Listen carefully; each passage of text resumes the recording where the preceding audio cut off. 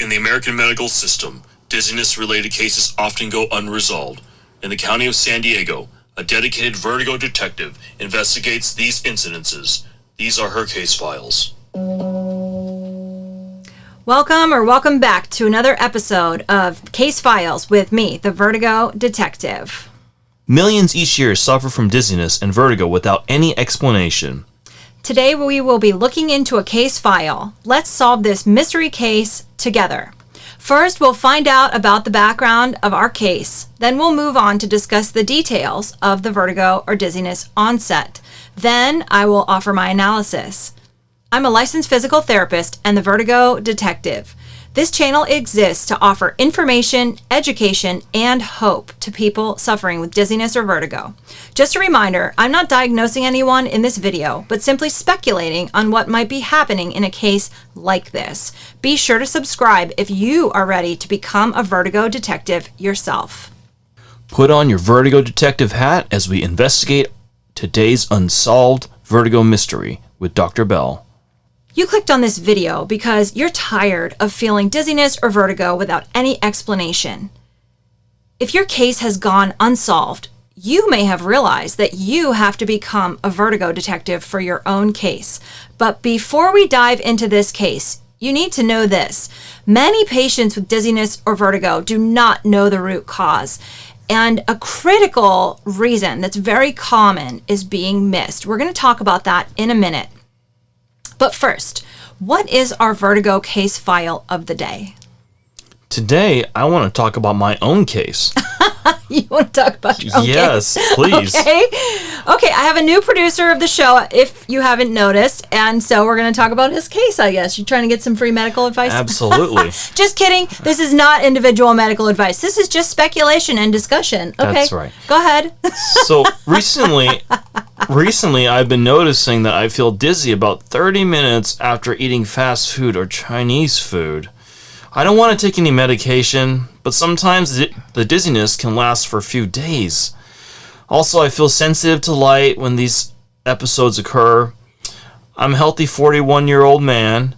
So, Dr. Bell, what could be causing my mystery case of dizziness?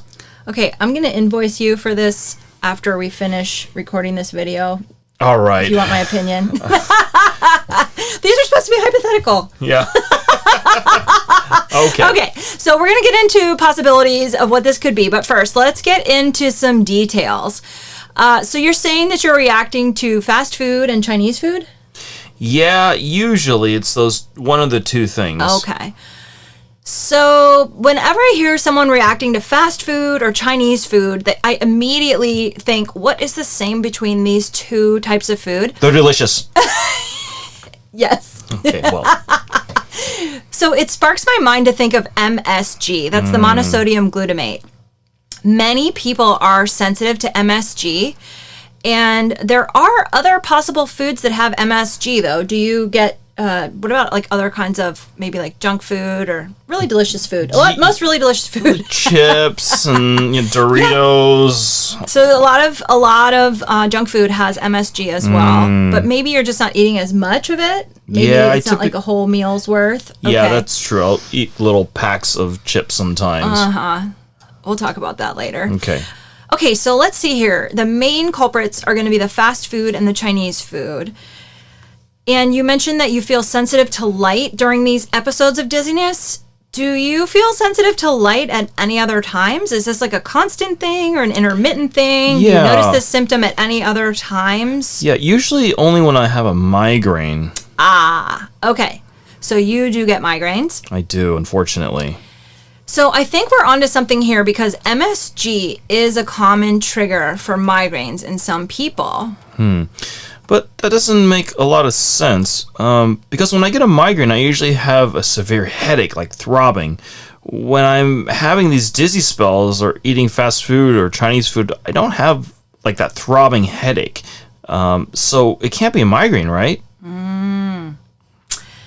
So you have just hit on the key point that I want to make in this video, which is that yes, traditional migraines are going to have a cardinal sign of severe throbbing, usually throbbing pain on one side of the head. So you kind of draw a line down the head, and one half of the head, either the whole right side or the whole left side, is going to be severely painful with a typical migraine. So what you're saying is it's not a regular migraine, it's a vestibular migraine? What's that? Yes. So the biggest mistake that people make when experiencing vestibular migraines is that they don't recognize it as a migraine event because they don't necessarily have a headache. So there you can have a vestibular migraine with no pain in your head. Traditional migraines are easy to recognize because of the severe pain that typically will come along with the migraine. And most people, when they have a migraine, will have co-occurring symptoms like sensitivity to light, which is called photophobia. They may have sensitivity to sound, which is called phonophobia, or they could even have a heightened sense of smell during the migraine episode. And so those are co-occurring symptoms that will occur with the head pain, the severe debilitating, often throbbing head pain. And then people can have other symptoms during migraines like nausea, imbalance, things like that. But with the vestibular migraine, this is going to be an episode of dizziness or vertigo, and often co-occurring nausea, imbalance, maybe brain fog that seemingly is unexplained. It sort of just hits you, and it can last anywhere from maybe 5 minutes to 72 hours or 3 days. Wow. Yeah. Now, I think that sounds to me like what you're talking about. Yeah, I think you nailed it right on the head. Sometimes it can last 2 to 3 days, and I'm just like, it's not a regular migraine, you know? Mm-hmm. Yes, but the way we approach the treatment for a vestibular migraine is very similar to how we would react or respond to a traditional migraine event. So if I was working with you as a patient and coaching you of how to respond to these dizzy spells or these vertigo episodes that are hitting you after you eat fast food or Chinese food, I would talk to you about strategies you can use as if it is a migraine. And that's how we want to approach this. So what do you typically do if you get a migraine to get relief? Well, lock myself in a dark room, quiet as well, no loud noises. Really, I can't even have TV on. Yeah. And maybe put an ice pack on my head. That seems to really help and soothe, some symptoms. Yes, so ice on the top of your head, ice on the back of your neck, sometimes a hot water bottle on your belly, like putting a hot water bottle even on your abdominal area. Interesting. Not super hot, but like a warm water bottle just for soothing. Sometimes you can put a warm water bottle behind your neck, a warm water bottle on your belly, and ice on the top of your head. Hot and cold. Hot and cold, and then you can alternate, and then maybe 20 minutes later, you can put the ice on the back of your neck and put the warm water bottle on the top of your head. And you may have to replace the ice packs and refill the water bottles to keep the temperatures going. I wouldn't use it for more than 20 minutes at a time on each location, maybe 20, maybe 30 minutes at the most, but you can switch them. And that can help with an intense migraine episode. Do you ever take any medications for your migraines? I'll take Aleve. What else? Tylenol, maybe Excedrin migraine. That can help sometimes. Yeah. Okay. So you could, whatever medications you've found or your doctor has recommended for migraine events for you, like it sounds like you're taking some over-the-counter stuff, maybe an anti-inflammatory or a pain reliever or even an Excedrin migraine, which has like Tylenol, aspirin, and caffeine. If that's what works for your regular migraine events, then you could potentially try the same kind of approach for the suspected vestibular migraine and see if you get relief. Now, I would talk to your doctor about that. Make sure that whatever medications you try that your doctor approves of. And your doctor may also recommend certain prescriptions that they give for people with migraines. So you could use a prescription migraine medication to take when you feel the event, or you typically have to take those within 30 minutes of the onset of the migraine, though. Those are called like abortive therapies. So you need to take it pretty soon during the episode. In fact, let me show you. I wrote a blog on migraine medications. So here on my website, vertigodetective.com, I have an article I wrote. It's a blog that I wrote on migraine medications to relieve dizzy spells. This would be a great place to go for more information, and you can look at the different types of medications that people might use for migraines. Resting in a quiet, cool, dark place can help relieve the migraine episode, even the vestibular migraine if you don't have a headache. Trying to fall asleep is one of the best strategies to relieve a migraine. This article mentions the abortive migraine medications, which you could try and talk to your doctor about that. Some patients actually benefit from preventative migraine medications. There are other, you can do oral pills or maybe even injectables. How often are you getting migraines? It's probably about once a week. Okay, so in your case, what I would think about, and when I analyze this, what I would think about is instead of looking at taking a preventative migraine medication, which of course all medications have side effects, and the goal of preventative migraine therapy is not necessarily to eliminate the migraines altogether, but the goal of taking medication to prevent migraines is to reduce the frequency and intensity of the attacks.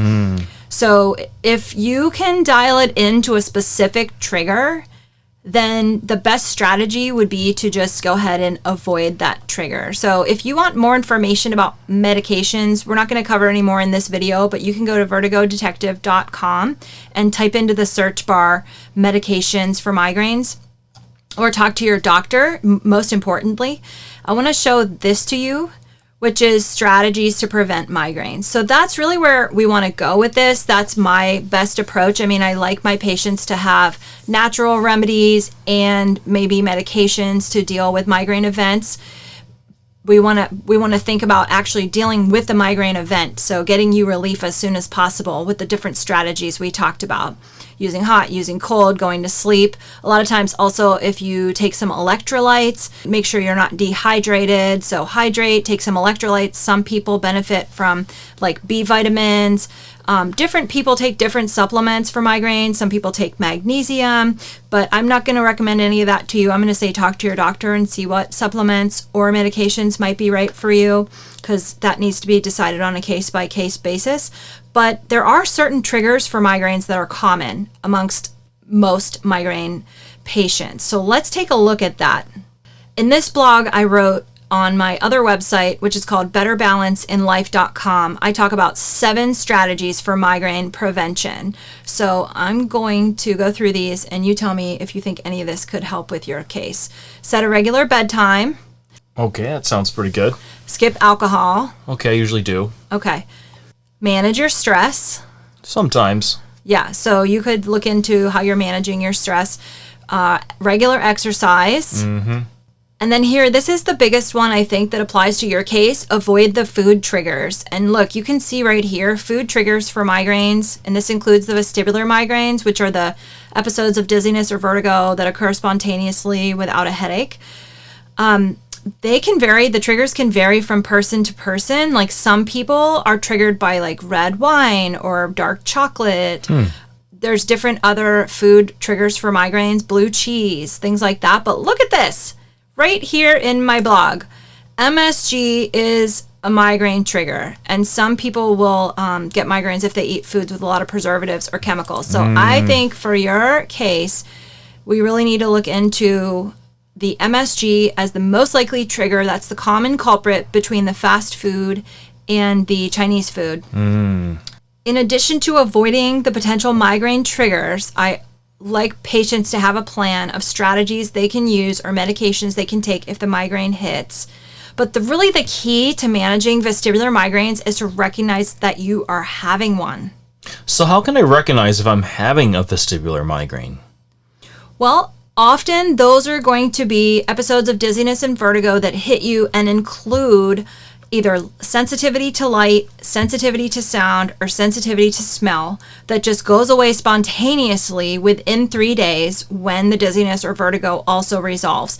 And in cases like this, patients don't often have lingering dizziness or vertigo in between episodes. Now contrast that to like a concussion, which you had a concussion before. If you have light sensitivity related to dizziness that's from a concussion, that's going to be more continuous. That's not going to be relieved in between episodes, like the late sensitivity with dizziness that can come with a vestibular migraine. So that's one way you can distinguish this from a concussion. Okay.